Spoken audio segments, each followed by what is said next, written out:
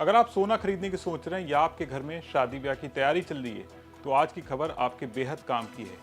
12 जून 2026 की सुबह सरकार ने सोने और चांदी को लेकर एक बड़ा फैसला लिया है। सरकार के इस फैसले का सीधा असर सोने चांदी की कीमतों पर पड़ने वाला है।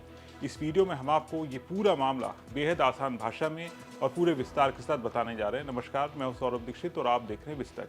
खबर आई कि सरकार ने सोने का बेस इंपोर्ट प्राइस घटा दिया है, वहीं चांदी का बेस इंपोर्ट प्राइस भी कम कर दिया है। बस फिर क्या था, सोशल मीडिया से लेकर व्हाट्सएप यूनिवर्सिटी तक खबर फैल गई कि सरकार ने सोना सस्ता कर दिया है। लेकिन क्या सच में ऐसा हुआ है? क्या कल से ज्वेलरी दुकान पर सोना सस्ता मिलने लगेगा? और आखिर ये बेस इंपोर्ट प्राइस होता क्या है? चलिए पूरी कहानी आसान भाषा में समझते हैं। सबसे पहले समझिए कि सरकार ने किया क्या है। सरकार ने सोने का बेस इंपोर्ट प्राइस घटाकर $1343 प्रति 10 ग्राम कर दिया है। वहीं चांदी का बेस इंपोर्ट प्राइस घटाकर $2092 प्रति किलोग्राम कर दिया है। अगर यहाँ ज्यादातर लोग कंफ्यूज हो जाते हैं, उन्हें लगता है कि यही सोने की असली कीमत है, लेकिन ऐसा बिल्कुल नहीं है। ये सोने का बाजार भाव भी नहीं है, ये सिर्फ एक सरकारी रेफरेंस प्राइस है जिस पर आयात के वक्त टैक्स की गणना की जाती है। इसे इस तरह से समझ लीजिए, मान लीजिए आप विदेश से कोई सामान मंगाते हैं, सरकार उस पर कस्टम ड्यूटी लगाती है। अब अगर आयातक अपनी मर्जी से कीमत बताएगा तो क्या होगा? कोई कहेगा कि सोना $1000 का है, कोई बोलेगा $900 का है, कोई और कम कीमत दिखाकर टैक्स बचाने की पूरी कोशिश करेगा। यही गड़बड़ी रोकने के लिए सरकार एक मानक कीमत तय कर देती है। इसी को बेस इंपोर्ट प्राइस या टैरिफ वैल्यू कहते हैं। यानी आसान भाषा में कहें तो ये टैक्स वाला रेट है। अब सवाल कि इसे कौन तय करता है? इसकी जिम्मेदारी होती है CBIC यानी central board of indirect and customs की। ये वही संस्था तय करती है कि आयातित सोने और चांदी पर टैक्स की गणना किस कीमत के आधार पर होगी, और ये कोई एक बार तय करने को छोड़ नहीं दिया है। आमतौर पर हर 15 दिन के आसपास इसकी समीक्षा होती रहती है। अगर अंतर्राष्ट्रीय बाजार में सोने चांदी की कीमतों में बड़ा बदलाव आ जाए, डॉलर और रुपए का रिश्ता बदल जाए या तस्करी और टैक्स चोरी का खतरा बढ़ जाए तो सरकार बीच में इसे बदल भी सकती है। अब आते हैं सबसे बड़े सवाल पर कि क्या इससे सोना सस्ता हो जाएगा?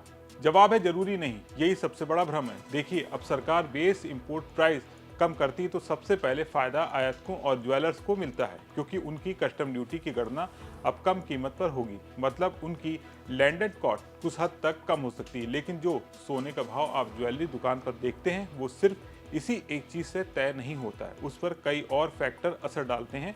जैसे अंतर्राष्ट्रीय बाजार में सोने की कीमत क्या चल रही है, डॉलर के मुकाबले रुपया मजबूत है या कमजोर है, कस्टम ड्यूटी कितनी है, GST कितना है, ज्वेलर्स कितना मार्जिन जोड़ रहे हैं, मेकिंग चार्ज कितना है और बाजार में मांग कितनी है। यानी अगर दुनिया में सोना महंगा हो रहा है, रुपया कमजोर हो रहा है और मांग बढ़ रही है तो बेस इंपोर्ट प्राइस घटने के बावजूद दुकान में सोना सस्ता नहीं होगा। एक छोटा सा उदाहरण समझिए। मान लीजिए किसी आयातक ने विदेश से 10 ग्राम सोना मंगाया। पहले सरकार की गणना $1423 के आसपास होती थी। अब यही गणना $1343 के आधार पर होगी। अगर कस्टम ड्यूटी 15% मान ले तो टैक्स का आधार कम हो गया। इससे आयातक की लागत कुछ हद तक कम होगी, लेकिन इसका मतलब ये नहीं है कि ग्राहक को अगले दिन से उतनी ही राहत मिल जाएगी। अब आखिरी सवाल, सरकार ये सिस्टम रखती क्यों है? क्योंकि सरकार चाहती है कि सभी आयातकों के लिए एक समान नियम लागू हो, कोई गलत कीमत दिखाकर टैक्स चोरी न कर सके, तस्करी पर लगाम लगे और कस्टम ड्यूटी की वसूली जो है पारदर्शी तरीके से हो।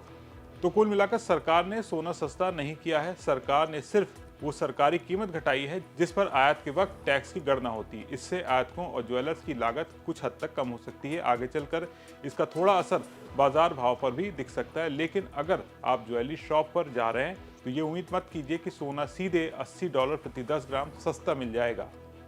याद रखिए, बेस इंपोर्ट प्राइस होता है सरकार का टैक्स वाला रेट, और ज्वेलरी दुकान में जो कीमत दिखती है वो होती है बाजार का असली रेट। दोनों अलग अलग चीज़ें हैं और यही इस पूरी खबर का सबसे महत्वपूर्ण पार्ट है।